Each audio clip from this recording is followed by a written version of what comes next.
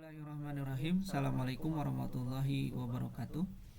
Pada pertemuan kali ini saya akan menjelaskan terkait tentang bagaimana pengujian instrumen penelitian, di mana di dalamnya saya akan menjelaskan yang pertama adalah konsep bagaimana kita melakukan validitas dan reliabilitas. Pada pertemuan kali ini ada 3 indikator yang akan kita capai. Yang pertama adalah mahasiswa mampu memahami konsep validitas dan reliabilitas.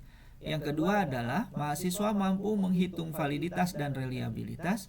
Yang ketiga adalah mahasiswa mampu menghitung validitas dan reliabilitas menggunakan SPSS.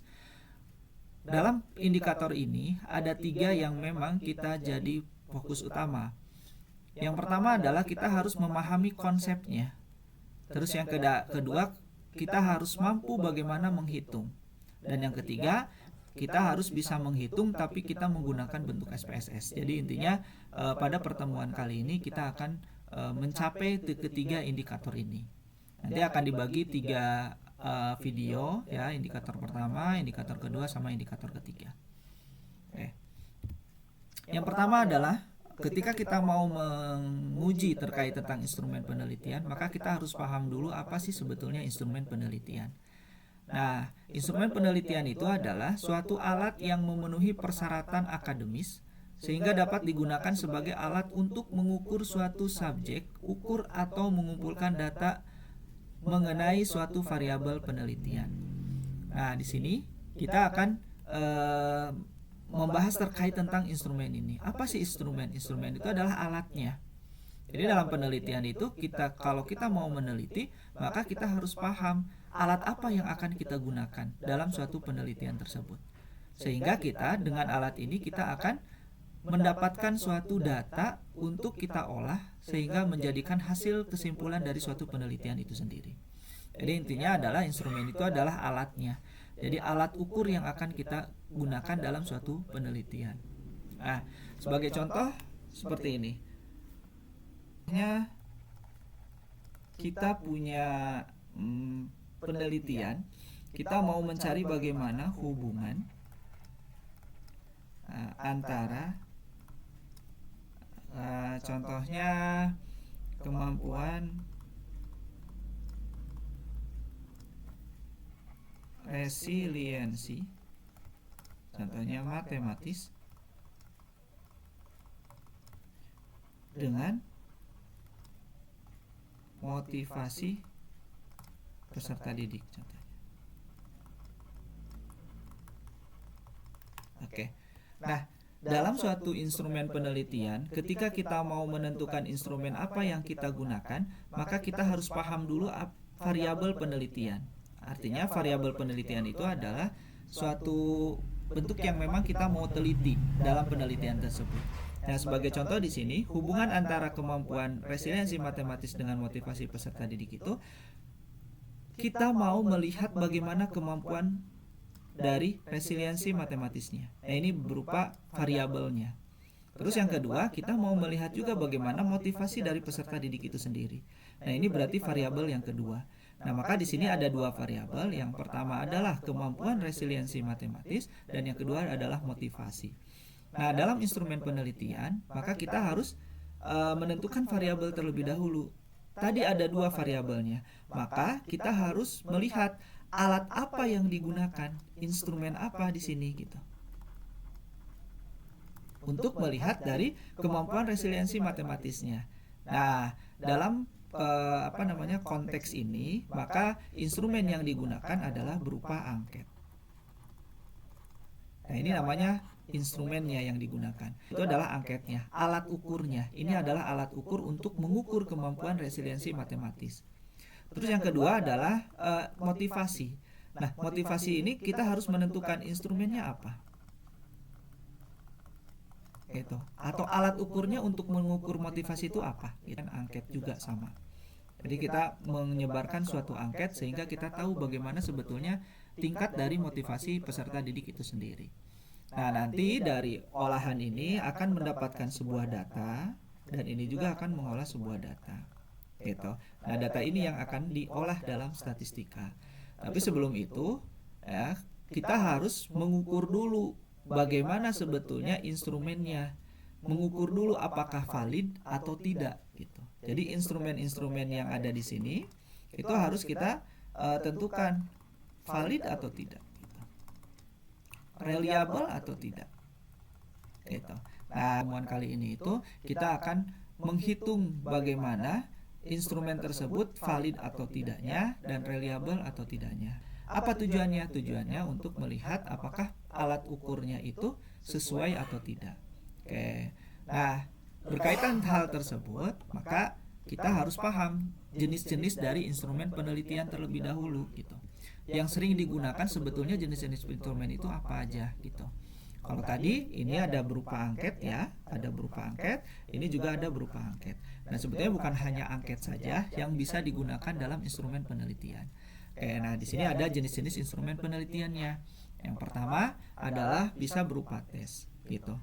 Nah, berupa tes ini itu adalah serangkaian pertanyaan, itu atau suatu latihan yang digunakan untuk mengukur keterampilan, pengetahuan, ya, intelijensi, kemampuan atau bakat yang dimiliki oleh individu itu sendiri. Contohnya kalau dalam bentuk penelitian di pendidikan bisa kemampuan berpikir kreatif, contohnya gitu. Kemampuan berpikir kreatif itu kan kita harus melihat berdasarkan dari soal. Nah, soalnya juga berupa bisa pilihan ganda, bisa juga berupa mencocokkan dan sebagainya. Itu tes. Jadi kalau tes itu adalah serangkaian pertanyaan atau latihan. Tes ini bisa berupa ya tadi esai juga bisa juga berupa pilihan ganda. Yang sering digunakan biasanya seperti ini. Ada juga yang bisa digunakannya itu menggunakan mencocokkan gitu. Mencocokkan jawaban dan lain-lain gitu. Dan itu berupa tes. Intinya tes itu adalah serangkaian pertanyaan atau latihan. Jadi serangkaian pertanyaan atau latihan seperti apa untuk mengukur keterampilannya gitu. Nah, itu tes. Terus yang kedua adalah kuesioner. Nah, di dalamnya atau berupa angket juga. Nah, kuesioner itu apa? Kuesioner itu merupakan suatu seperangkat pertanyaan atau pernyataan tertulis kepada responden. Artinya di sini ada sebuah pertanyaan itu atau dia sebuah pernyataan gitu. Nah, jadi yang namanya kuesioner itu adalah pertanyaan atau pernyataan. Nah, secara apa? Secara tertulis. Pernyataan biasanya bentuknya ada jawaban sangat baik, baik gitu, cukup gitu, atau tidak baik dan sebagainya, sangat kurang baik dan sebagainya. Kalau pertanyaan itu ya berupa pertanyaan yang memang harus tertulis. Yang selanjutnya apa? Yang selanjutnya adalah wawancara. Itu merupakan komunikasi verbal untuk tujuan memperoleh informasi dari salah satu pihak. Jadi kalau wawancara itu kita secara langsung menanyakan kepada responden untuk tujuannya memperoleh informasi gitu dari responden tersebut sesuai dengan tujuan penelitiannya. Itu berupa wawancara. Nah, kalau kuesioner pertanyaannya berupa tertulis gitu. Tidak langsung bertanya kepada respondennya. Tapi kalau kuesioner itu harus berupa tertulis. Nah, kalau wawancara itu berarti harus berdasarkan langsung gitu. Kalau wawancara berarti harus langsung kepada responden itu sendiri. Nah, instrumen yang digunakan apa? Yaitu biasanya lembar wawancara atau pedoman wawancara.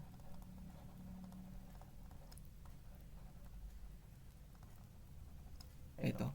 Ada yang terstruktur wawancaranya, ada juga yang semi terstruktur dan ada juga yang tidak terstruktur. Jadi, nah selanjutnya apa? Selanjutnya adalah jenis instrumen yang bisa digunakan adalah observasi. Kita harus paham dulu apa itu berupa observasi. Nah, kalau observasi itu adalah pengamatan atau pencatatan. Jadi kita mengamati langsung di lapangan dan mencatat gitu, secara sistematik terhadap gejala yang tampak pada objek penelitian. Nah, itu namanya observasi. Nah, apa instrumen yang digunakan kalau observasi? Yaitu berarti lembar observasinya gitu. Jadi lembar observasinya ada. Nah, lembar observasi itu untuk melihat atau untuk mencatat atau untuk mengamati suatu responden atau subjek penelitian. Kira-kira gejala yang tampak pada lapangan itu seperti apa? Nah, itu bentuk observasi. Nah, instrumennya apa? Instrumennya itu tadi lembar observasinya gitu. Oke, nah itu ya Bapak Ibu terkait tentang jenis-jenis instrumen penelitian. Jadi jenis-jenis instrumen penelitian itu ada 4. Yang pertama tes, yang kedua adalah kuesioner, yang ketiga adalah wawancara, dan yang keempat adalah observasi. Nah, kalau tes berarti lembar observasinya apa? Berarti berupa soal, nanti harus ada kisi-kisinya dan sebagainya. Nah, terus kalau kuesioner seperti apa? Kuesioner juga sama, ada lembar angket, lembar kuesionernya dibuatnya berupa berdasarkan kisi-kisi penelitian yang akan kita teliti. Terus wawancara apa? Wawancara juga pedoman wawancaranya harus ada. Salah satunya ya tadi pedomannya bisa berupa, nanti pedoman ini akan digunakan oleh peneliti untuk mencari informasi gitu. Nah, ini alatnya. Nah, kalau observasi berarti kan kita observasi itu ke lapangan. Maka ketika kita mau ke lapangan untuk mengamati suatu objek gitu, maka kita harus ada pedomannya juga, harus ada lembar observasinya, sehingga kita tidak keluar dari tujuan penelitian kita. Nah, ini yang sering digunakan jenis-jenis penelitian, jenis-jenis instrumen penelitian yang sering digunakan dalam dunia pendidikan. Slide selanjutnya saya akan membahas terkait tentang apa itu validitas gitu. Nah, untuk validitas ini sebetulnya adalah untuk mengukur atau menguji kebenaran dari suatu instrumen penelitian tadi gitu. Ada tes, ada juga tadi berupa kuesioner, ada juga berupa wawancara, ada juga berupa lembar observasi. Maka langkah yang pertama agar instrumen itu bisa digunakan dalam penelitian, maka kita harus melakukan suatu validitas atau memvalidasi instrumen tersebut. Apa itu validitas? Validitas itu adalah ya tadi bahwa validitas itu untuk menguji suatu kebenaran, kesesuaian berdasarkan standar yang sudah ada atau persyaratan yang sudah ada. Jadi nanti si instrumen tersebut sesuai gitu dengan dengan tujuan penelitian kita, terus valid atau tidaknya instrumennya, sehingga instrumen tersebut itu bisa digunakan dalam penelitian gitu. Nah, itu konsep validitas. Jadi konsep validitas itu adalah kita menguji suatu kebenaran ya, atau menguji suatu kesesuaian sehingga sesuai dengan standar. Nah, sesuai dengan standar atau persyaratan penelitian tersebut atau persyaratan yang sudah ada. Yaitu validitas. Tujuannya apa? Tujuannya itu untuk mengukur apa yang harus diukur gitu. Sesuai gitu loh. Jadi setelah mengukur apa yang harus diukur itu berarti kita mengukur menggunakan alat yang sesuai dengan apa yang mau kita ukur gitu. Contohnya gini. Misalkan meteran. Nah, meteran ini sebetulnya digunakan untuk mengukur suatu panjang. Nah, ketika meteran ini adalah diukur untuk menggunakan berat, berarti udah salah gitu. Maka, yang namanya validitas itu untuk memvalidasi yaitu bahwa instrumen penelitian itu sudah sesuai gitu. Nah, contohnya gini, meteran ini ya kita validasi sehingga validasi ini sesuai dengan kegunaannya, yaitu untuk mengukur suatu pengukuran panjang, bukan pengukuran berat. Nah, secara ilustrasinya seperti itu. Itu adalah konsep dari validitas. Nah, validitas itu ada 3. Jadi validitas itu bisa validitas isi, bisa validitas konstruk, dan yang terakhir adalah validitas kriteria. Itu. Apa itu validitas konstruk? Validitas isi. Validitas isi ini adalah kita memvalidasi bagaimana isinya, apakah sudah sesuai atau tidak. Gitu. Nah, kalau validitas konstruk berarti validitasnya konstruksinya dari suatu instrumen penelitian tersebut. Nah, yang nomor 1, nomor 2 itu menggunakan validasi ahli. Nah, validasi ahli itu apa? Kita memvalidasi kepada ahlinya. Sehingga isi dari kontennya gitu ya, dari konstruknya apakah sudah benar atau tidak. Itu. Nah, Itu terkait tentang validitas isi dan validitas konstruk. Dan yang terakhir adalah validitas kriteria. Nah, di sini validitas kriteria ini yang kita harus menghitung bagaimana apakah dia valid atau tidak berdasarkan hitungan statistika. Nah, kita akan belajar terkait tentang validitas kriteria ini. Nah, karena kalau untuk validitas isi dan validitas konstruk itu kita langsung ke validasi ahlinya gitu. Nah, sebenarnya validasi isi dan validasi konstruk juga ada perhitungannya, tapi kita akan fokus terhadap validitas kriteria terlebih dahulu gitu. Oke, selanjutnya adalah reliabilitas perhitungannya. Nah, perhitungannya ada beberapa cara untuk menghitung validitas kriteria tersebut tadi. Yang pertama, validitasnya ada objek tes ini tapi berupa pilihan ganda. Jadi untuk perhitungan yang pertama ini itu adalah langkah-langkah kita kalau suatu tes tersebut itu berupa pilihan ganda.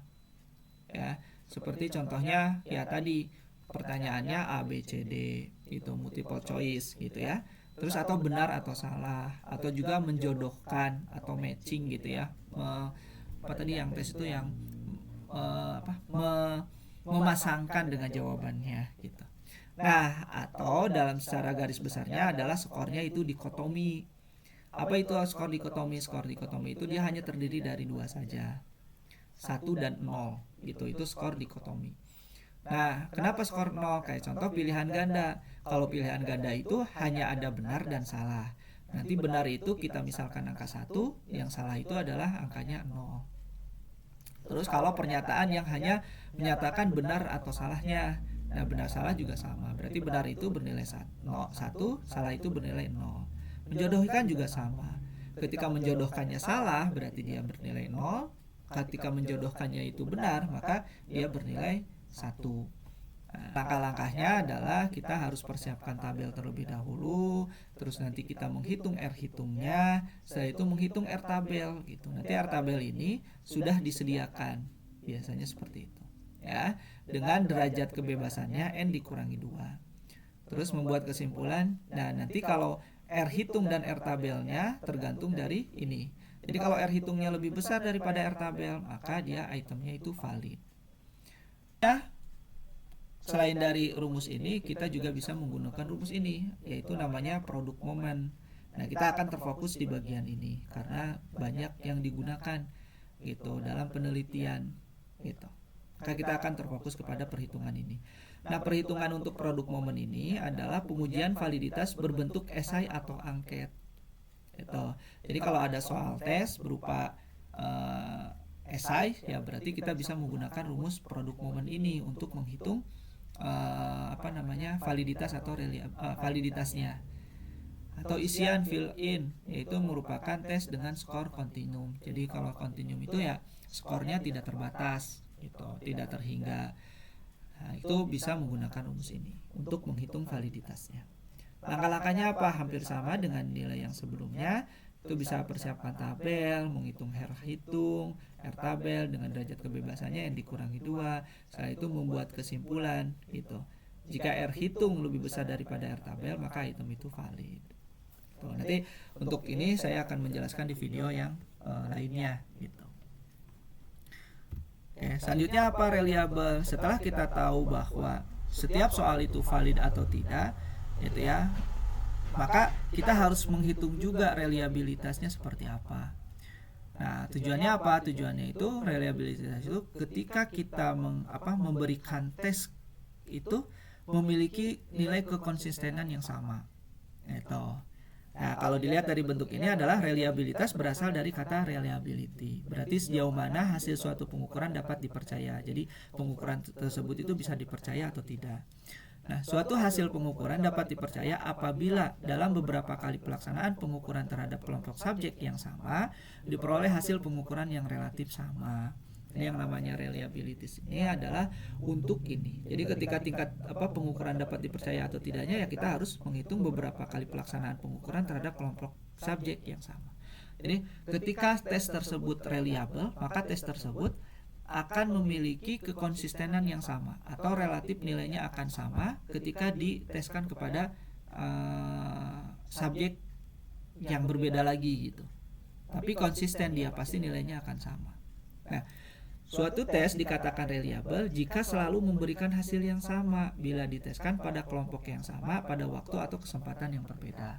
Jadi pada kelompok yang sama terus dengan waktu yang berbeda, maka nilainya tetap konsisten. Nah, itu adalah reliabilitas. Jadi ketika kita menghitung reliabilitas itu, apakah tes tersebut akan konsisten tidak gitu, perhitungannya dan sebagainya gitu. Nah, itu reliabilitas. Nah, bagaimana perhitungannya? Perhitungannya banyak. Reliabilitasnya itu ada dua, bisa berupa eksternal atau berupa internal. Itu ya, dibagi dua. Nah, ini ada metode tes riset, kita bisa menggunakan produk momen, para metode paralel ini bisa gunakan ini juga gitu. Terus metode belah dua bisa menggunakan rumus dari Sperman-Brown ini, atau Flagan atau Rulon gitu. Nah, untuk internal ada yang dikotomi. Kalau dikotomi menggunakan ini rumusnya ya, Kudar-Richard gitu. Atau Kudar-Richard 21. Ini bisa kita gunakan juga. Nah, kalau untuk kontinum kita akan menggunakan rumus Alpha-Cronbach gitu. Nah, Alpha-Cronbach ini rumusnya seperti ini. Oke. Nanti Bapak Ibu bisa mempelajari. Nanti bisa mempelajari terkait tentang ini, rumus-rumus ini. Mangga, tinggal pelajari. Kita akan terfokus di bagian ini untuk bagian sekarang, karena tadi validitas yang sering digunakan ya, kita menggunakan nilai SI dan ini validitasnya. Nah, validitasnya menggunakan produk momen. Nah, untuk reliabilitasnya kita akan menggunakan Alpha-Cronbach yang datanya berupa kontinum. Nah, itu sekian penjelasan dari saya terkait tentang bagaimana konsep dari pengujian instrumen penelitian. Terima kasih. Assalamualaikum warahmatullahi wabarakatuh.